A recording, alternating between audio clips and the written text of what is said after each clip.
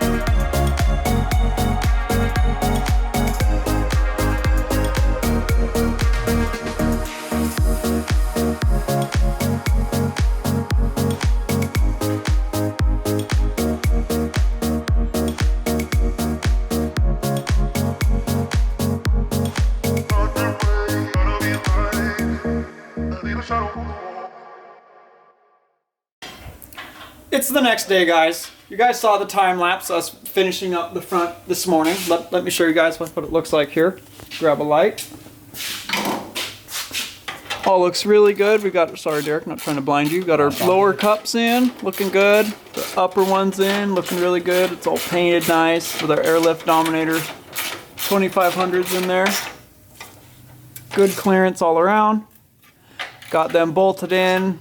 Got the airlines attached. Derek's just putting these lower supports in. I guess it needs them. I don't know about these engineers back in the early 90s at Ford, but you know. But anyways, okay, so we're looking really good now. Turn my camera on. We can go ahead and move on to the back of the car now, and we can install the Airlift Dominator 2600s in the rear.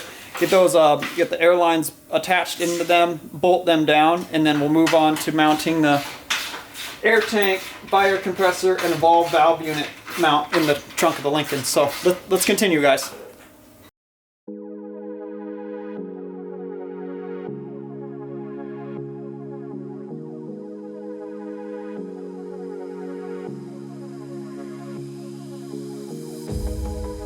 Sun is out here overseas. Dark emotions ever torn so deep, falling down through the clouds.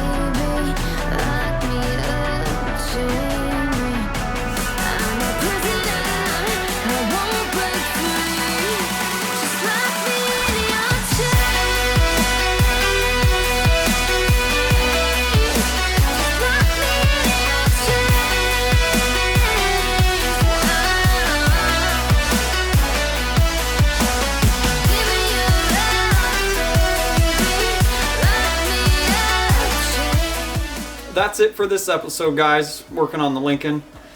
You know, it was a pretty productive 2 days. Derek and I got all the front suspension buttoned up. Yesterday we started by cutting the bag cups, assembling them, and getting them welded into the upper coilover bucket in the front suspension area. And then we made a lower bag cup that raised up an inch for the lower part of the bag to mount on, so it brought it up off the control arm a little bit. And then we got it all adjusted so it will lay out and lay itself on bump stops. So that's pretty cool. So it completely front and rear lays out on its bump stops. Looks really good, pretty good for factory suspension. And we got that all done up front, painted, installed the bags, installed the lines, installed the rear Airlift Dominator 2600s. Got their lines attached, got them bolted down, pancaked it out. It looks really cool. And then everything's ran into the trunk as far as the wiring and the air lines go. So now we just have to mount up our air tank, air valve, evolve air valve, and our air compressor mount back there. We got it set back there. We got the nut certs installed, and then we got the carpet cut so that way the bolts can go through it super clean. And then in our next episode here, guys, we'll hook up all the wiring to it. We ran them in the last episode. We just need to hook everything up to the fuse box in the front and, you know, beneath the steering column area, which we have those nice little fusible things that plug into the fuse box, so we don't have to cut in any wires or do any soldering. It's pretty not abrasive, so that's pretty cool, or non-evasive, that's the word. So anytime this needed to be pulled off this car, say, you could put factory suspension on it, and then, you know, with factory control arms, cut off the upper bag cup, put the coil spring back in, the shock back in, and you could unplug all this and it wouldn't even look like that you were there. So that's pretty cool. But yeah, so in our next episode, guys, we'll get everything hooked up, we'll get the airlines hooked up, and we'll get those switches moving left, right, side to side, make it, you know, those cool 90s things that you do with cars. You know what I mean? When you bag them and slam them, it's super fun to do it the 90s way.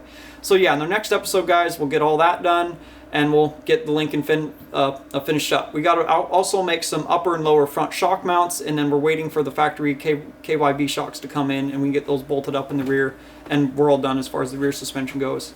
And we can get everything wired up, get our shock mounts in, and get finished up with the Lincoln here in the next episode, guys. So that'll be pretty cool. So hey, thanks for watching today, guys. Thanks for your constant support as always. If you like this kind of content, please let me know in the content box. Hit the bell up there so you guys get notifications anytime I upload a new video. Like and subscribe if you want. And if you guys like Cougar House Garage, you like what we do, check us out at cougarhousegarage.com. Check us out at Facebook /Cougar House Garage, and we are Cougar House Garage on Instagram, guys. Keep up there, where I'm very active on the daily story, and keep up with all the projects at Cougar House. And we'll catch you guys in the next episode.